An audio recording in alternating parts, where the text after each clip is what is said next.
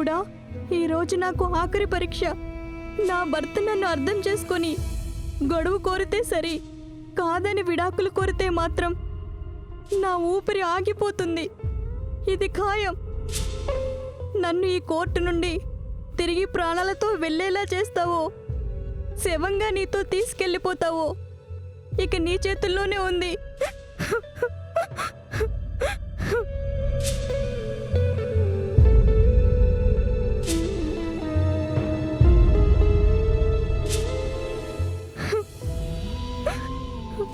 విద్యా,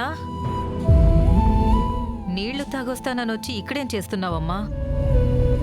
ఏం లేదమ్మా, నీళ్లు తాగావా? కన్నీళ్లతోనే కడుపు నిండిపోయిందమ్మా. ఇక నీళ్లతో ఏం అవసరం ఉంది? విద్యా, ఏం ఆలోచిస్తున్నావమ్మా?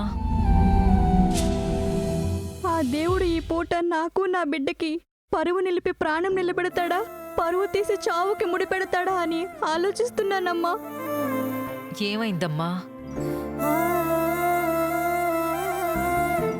ఏం లేదమ్మా. సరే పదమ్మా వెళదాం.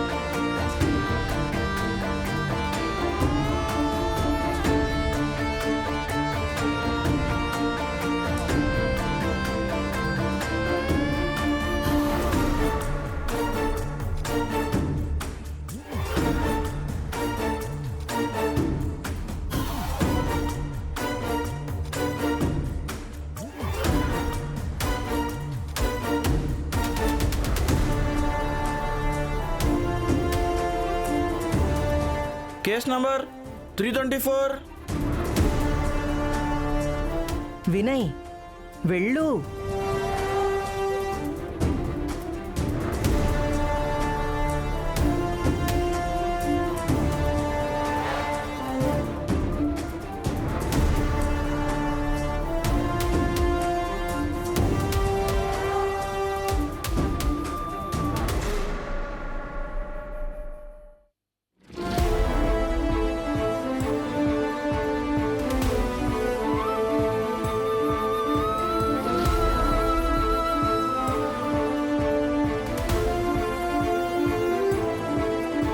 ప్రొసీడ్.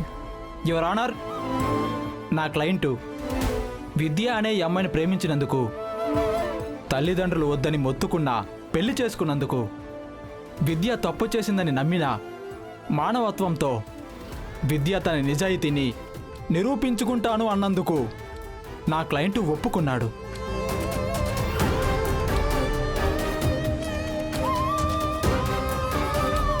కానీ తను ఎక్కడా ప్రూవ్ చేసుకోకుండా ఆ రిపోర్ట్స్లో కూడా విద్య కడుపులో పెరుగుతున్న బిడ్డకి తండ్రి నా క్లయింట్ కాదని నిరూపణ అయిన తర్వాత కూడా విద్య వాళ్ళ ఫ్యామిలీ నా క్లయింట్ని మానసిక క్షోభకి గురి చేయడం కరెక్ట్ కాదు యువర్ ఆనర్.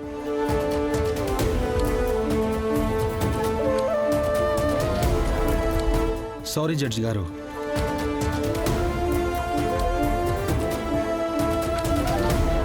ఈ లాయర్ చెప్పిందే చెప్పి కోర్టును తప్పుదారి పట్టించే ప్రయత్నంలో ఉన్నారు.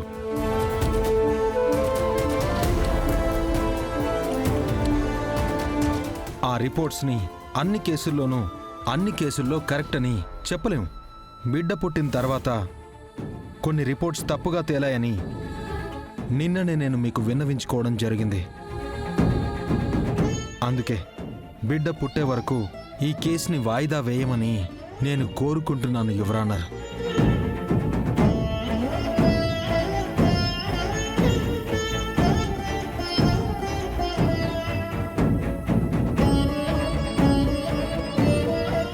Objection your honour. ఎక్కడో ఏమలోనో జరిగిన 1-6 ఇన్సిడెంట్ని తీసుకొని వీళ్ళు వాళ్ళ స్వార్థానికి వాడుకొని ఈ కేసుని వాయిదా వేస్తున్నారు.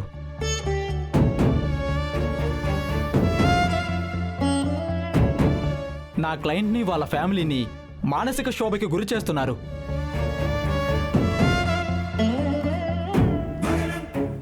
ఈ సొసైటీలో ఈ విద్య ఫ్యామిలీకి ఏ పేరు ప్రతిష్ట లేదు.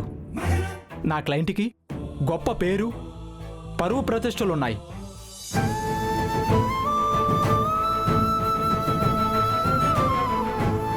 వాళ్ళ ఫ్యామిలీని రీగ్రేడ్ చేయడానికే ఈ గడువు కోరుతున్నారని క్లియర్గా అర్థమవుతుంది.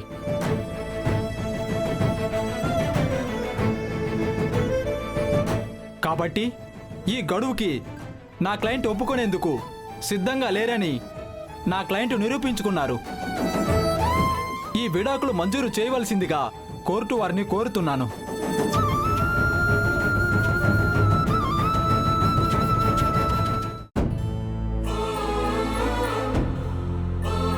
జడ్జి గారు, విడాకులు కావాలా వద్దా, గడువుకి సమ్మతమా కాదా అని విద్య భర్త వినయ్ చెప్పాలి గాని తన తరపు లాయర్ కాదని మీకు నేను గుర్తు చేస్తున్నాను. వినయ్, మీరు మాట్లాడండి.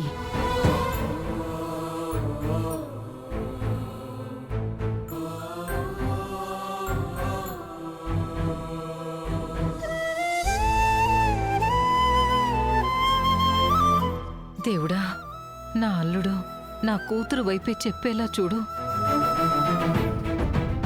నా మనవడు వెంకీ చెప్పిన మాటలని మనసులో పెట్టుకొని వినయ్ గడువుకి ఒప్పుకుంటాడనే నమ్మకం నాకుంది. నా నమ్మకం ఒమ్ము కాదని నా అంతరాత్మ చెప్తోంది. భగవంతుడా. అఖిలమ్మా, వినయ్ బాబు ఏంటమ్మా నీ వైపు చూడకుండా ఆ విద్య వైపు చూస్తున్నాడు? దాన్ని తిక్క కుదురుస్తున్నాడు కదా, అందుకయ్యుంటది బావగారు. మిమ్మల్ని పిలిపించింది మీరు మౌనంగా ఉండటానికి కాదు. మీ ఉద్దేశం ఏంటో వివరంగా చెప్పడానికి చెప్పండి.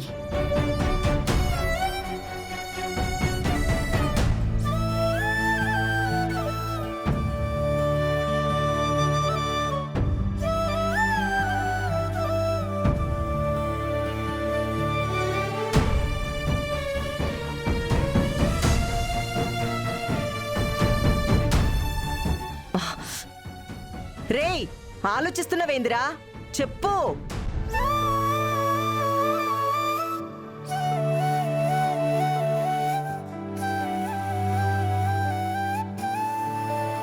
Order, order. మీరు కూర్చోండి అమ్మా. రేయ్, చెప్పరా.